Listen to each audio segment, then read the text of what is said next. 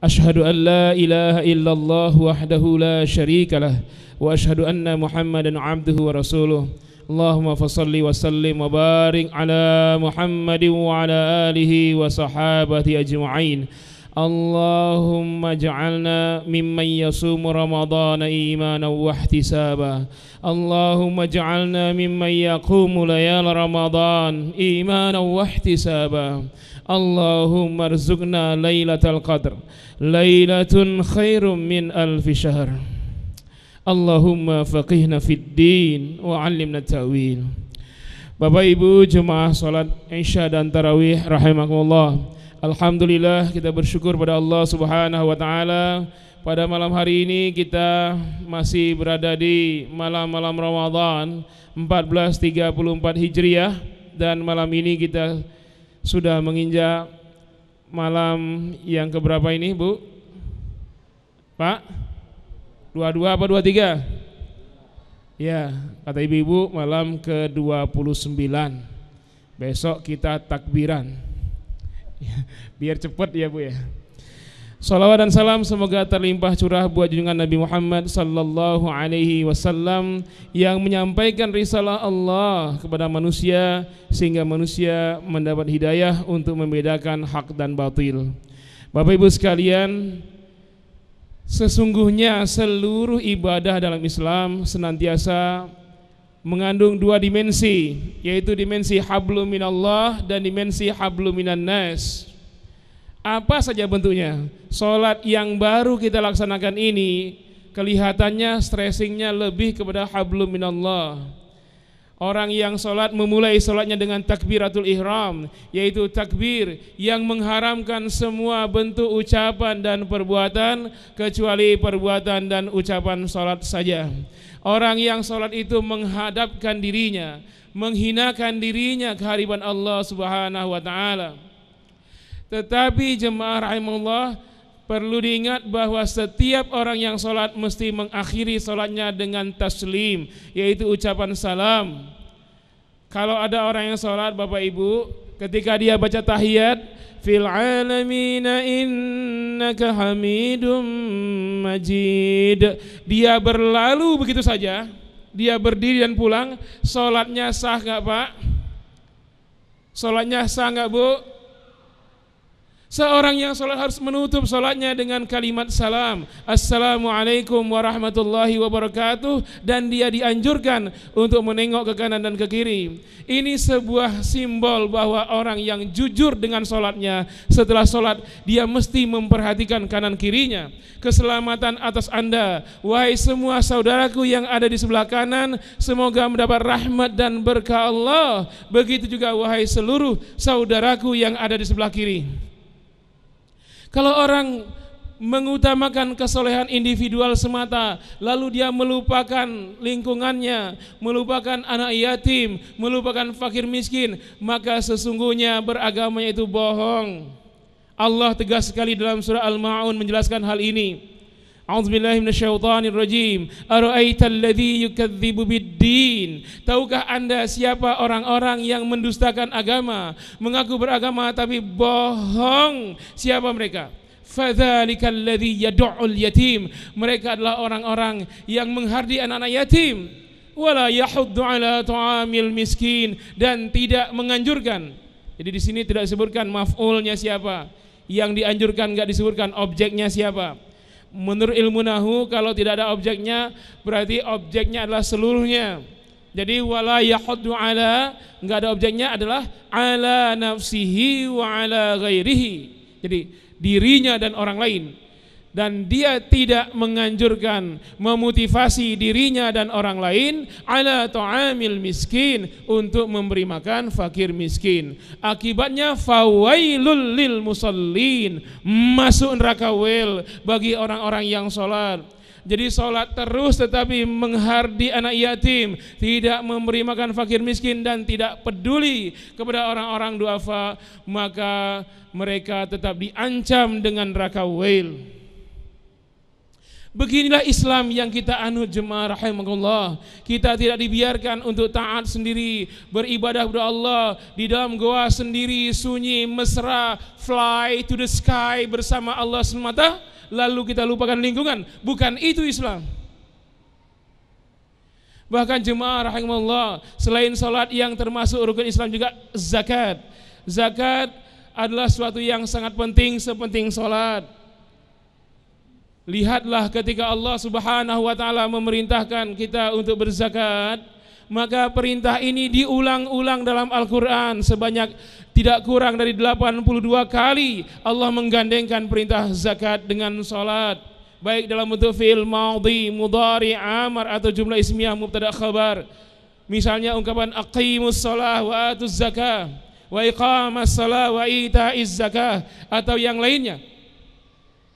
Kenapa sampai berulang-ulang begini? Menunjukkan kepada kita wahai jemaah sekalian bahwa keduanya adalah dua serangkai ibadah yang tidak bisa dipisahkan. Seorang yang semata-mata sholat lalu meninggalkan zakat, maka Islamnya gugur. Seperti itu pun orang yang berzakat tidak sholat, Islamnya juga gugur. Karena itu jemaah rahimahullah, ketika Khalifah Sayyidina Abu Bakar As-Siddiq dibaiat menjadi Khalifah pertama kali, maka ada 3 hal yang beliau lakukan. Yang pertama, beliau memerangi dan membunuh nabi-nabi palsu. Yang kedua, beliau memerangi dan membunuh orang-orang murtad. Dan yang ketiga, beliau memerangi dan memenggal kepala orang-orang yang tidak berzakat walaupun masih mengerjakan sholat. Saat itu seorang sahabat yang besar yaitu Sayyidina Umar bin Khattab protes kepada Khalifah. Dia bertanya, "Ya Khalifah, kenapa akan Anda perangi dan akan Anda bunuh orang-orang yang tidak berzakat padahal mereka masih mengerjakan sholat?" Atas pertanyaan Umar, Khalifah Abu Bakar Siddiq kaget juga. "Ya Umar, engkaukah yang bertanya ini? Seorang Al-Faruq sang pemberani. Tidak ada yang berani dengan Umar bin Khattab, Bapak Ibu sekalian. Namanya luar biasa. Umar kalau ikut perang dan musuh Islam di antara Parsi dan Romawi mengetahui bahwa dalam pasukan kaum muslimin ada Umar bin Khattab, maka musuh-musuh sudah ciut nyalinya. Ngeper duluan, Bu. Pak, nggak mungkin menang. Kenapa? Ada Umar. Ini nama Umar begitu tingginya ya. Bahkan Rasul menyebutkan bahwa Umar adalah manusia yang ditakuti oleh syaitan. Kalau Umar lewat dari arah berlawanan ada syaitan lewat, pasti syaitan lari terbirit-birit. Itu Umar bin Khattab. Kira-kira Bapak Ibu sekalian, kalau Umar yang ada di sini ketemu dengan syaitan, yang lari siapa? Ada Pak Umar di sini? Kalau nggak ada, yang lari pasti Umar. Tapi kalau ada Pak Umar di sini, saya yakin Umar di sini ini barisannya Umar bin Khattab. Jadi setan pada takut sama dia. Ya Umar, wallahi demi Allah, Khalifah tidak mau melihat seorang mukmin memisahkan antara salat dan zakat. Wallahi ya Umar, demi Allah, Abu Bakar As-Siddiq akan memerangi mereka semua walaupun berangkat sendirian. Dan pada saat memerangi orang-orang yang tidak bayar zakat itu jemaah, di antara pasukan kaum muslimin yang ikut berperang dan syahid dan gugur sebagai syuhada memerangi nabi palsu, orang murtad dan orang-orang yang tidak bayar zakat itu, ada 70 penghafal Quran yang syahid. Bayangkan, yang memerangi orang-orang yang tidak berzakat walaupun masih sholat, para penghafal Quran. Kenapa? Karena mereka tahu persis apa sanksinya bagi orang-orang yang meninggalkan zakat.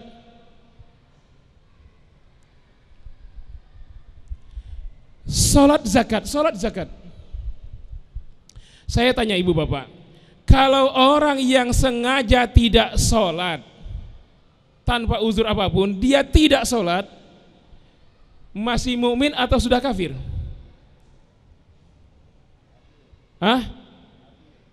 Sudah kafir, Pak.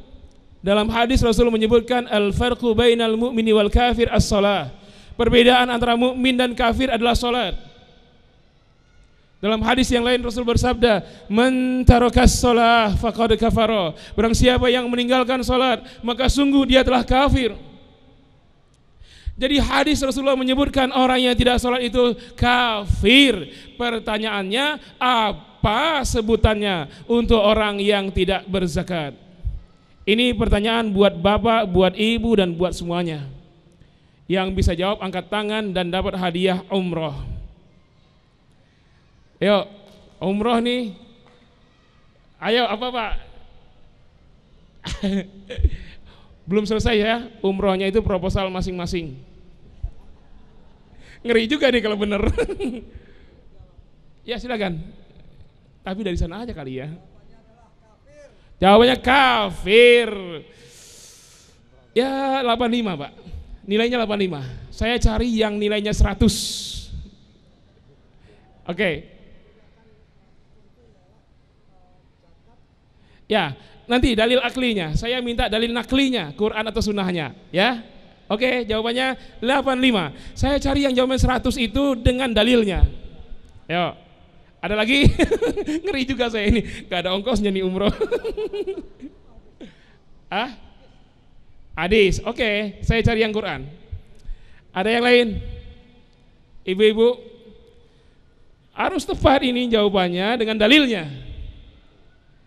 Kalau misalnya Bapak Ibu tidak jawab, hati-hati loh, urunan buat saya umroh.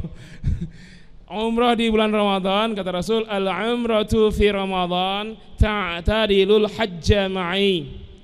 Umroh di bulan Ramadan setara dengan haji bersamaku. Luar biasa nih ya. Saya hitung 3 nih, wahid, isnan, ada. Ini cuman cara bangunin yang sedang tidur doang nih ya. Salah. Saya jawab ini. Jawabannya Al-Quranul Karim. Kalau orang yang tidak sholat disebut dalam hadis kafir, maka orang yang tidak berzakat jawabannya di Quranul Karim. Surat 41, surat Fussilat, ayat nomor 6 dan ayat nomor 7. Allah berfirman, a'udzubillahi minasyaitonirrajim, wa wailul lil musyrikin alladzina la yu'tuna az-zakah wa hum bil akhirati hum kafirun. Apa jawabannya? Untuk Ustadz Aib nggak jawab nih, dia hafal Quran. Ya, nanti ke rumah saya nanya umroh nanti. Wa wailul lil musyrikin, masuk neraka wail orang-orang musyrik. Alladzina la yu'tuna zakah, yaitu orang-orang yang tidak menunaikan zakat. Wa hum bil akhirati hum kafirun, dan mereka kafir dengan hari akhir. Jadi apa jawabannya? Musyrik yang tidak zakat, musyrik Pak. Kafir itu juga musyrik termasuk kafir. Tapi ini yang biar detailnya itu musyrik ya. Jawabannya benar tapi yang tepatnya musyrik. Ya. Jadi musyrik. Kenapa begitu? Sampai eksekusinya khalifah memenggal kepalanya. Perbandingannya dengan maling. Kalau orang maling itu hukumnya potong tangan, as-sariqu was-sariqatu faqata'u aydiyahuma. Maling laki-laki dan perempuan potong tangan keduanya. Itu kalau mencuri hak pribadi.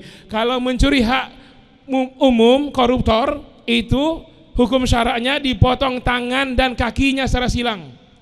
Jadi koruptor nggak dibunuh, nggak digantung, nggak dipancung, tapi dipotong tangan dan kakinya secara silang.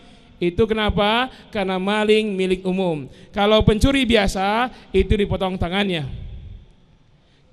Pencuri itu biasanya orang miskin mencuri harta orang kaya. Kalau orang yang tidak mengeluarkan zakat itu orang kaya, orang mampu, orang yang mempunyai harta sampai nisab mencuri harta fakir, miskin, amilin, gharimin, riqab untuk mu'alaf, memerdekakan budak, ibnu sabilillah. Sudahlah mereka menderita, hak mereka dicuri. Ketahuilah jemaah rahimakumullah, ketika Anda berzakat, Anda bukan memberikan harta Anda hanya melepaskan milik orang lain yang menempel di harta Anda, dan itu sifatnya kotor. Kalau Anda tidak keluarkan, maka dia akan mengotori 97,5% harta Anda yang lainnya.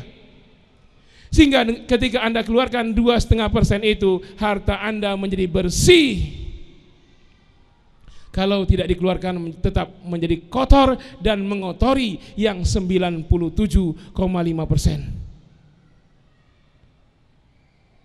Ini ajaran Islam. Kalau Anda mendapatkan kenikmatan, maka berbagilah dengan yang lainnya, mereka yang menderita dan fakir. Nabi Musa alaihissalam bertanya kepada Allah dalam hadis kursi, ya Allah, di manakah aku harus mencarimu? Allah menjawab, ya Musa, carilah aku di mana ada orang-orang yang hatinya hancur karena kemiskinan. Begitupun Rasulullah SAW ketika berdoa di kebun Utsbah bin Rabi'ah, beliau memanggil Allah dengan ungkapan, ya Rabbal Mustad'afin, duhai Allah, Tuhan pelindung orang-orang du'afa, kaum lemah. Kenapa Rasul menisbahkan dengan du'afa? Karena menunjukkan dekatnya Allah dengan kaum du'afa. Mereka tergolong orang yang terzalimi. Karena itu Rasul bersabda, wattaqi da'watal mazlum fa inna bainaha wa inallahi laisa lahul hijab.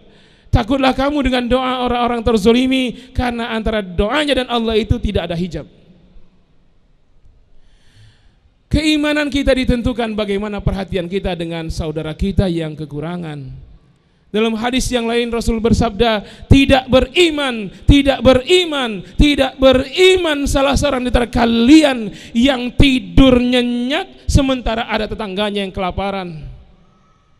Keimanan kita ditentukan bagaimana perhatian kepada tetangga. Makanya ibu-ibu ketika masak, maka Rasul menyuruh untuk memperbanyak kuahnya, biar bisa berbagi dengan tetangga-tetangganya. Tapi hadis ini jangan diartikan tekstual ya, banyak kuahnya, satu dangdang kuah semua, bagi-bagi sama tetangga. Bukan itu kinayah, isinya yang dimaksud. Kayak kurban, motong 10 ekor sapi, yang dipotong bukan ekornya, sesapi-sapinya itu dicincang-cincang, dipisahin kulit dengan daging, bagi tetangga yang lain. Terakhir dalam hadis qudsi yang lain, Bapak Ibu sekalian, Allah Subhanahu wa taala akan mendakwa hamba-hambanya di hari kiamat nanti. Allah berujar, wahai hamba-hambaku, dahulu aku lapar, kalian tidak memberiku makan.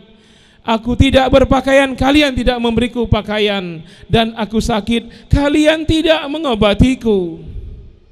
Lalu semua yang didakwa menjawab, ya Allah, bagaimana mungkin kami memberimu pakaian, memberimu makan dan obat-obatan, padahal Engkau adalah Rabbal Alamin, Engkau adalah Tuhan yang menguasai seluruh alam semesta ini, Tuhan seru sekalian alam.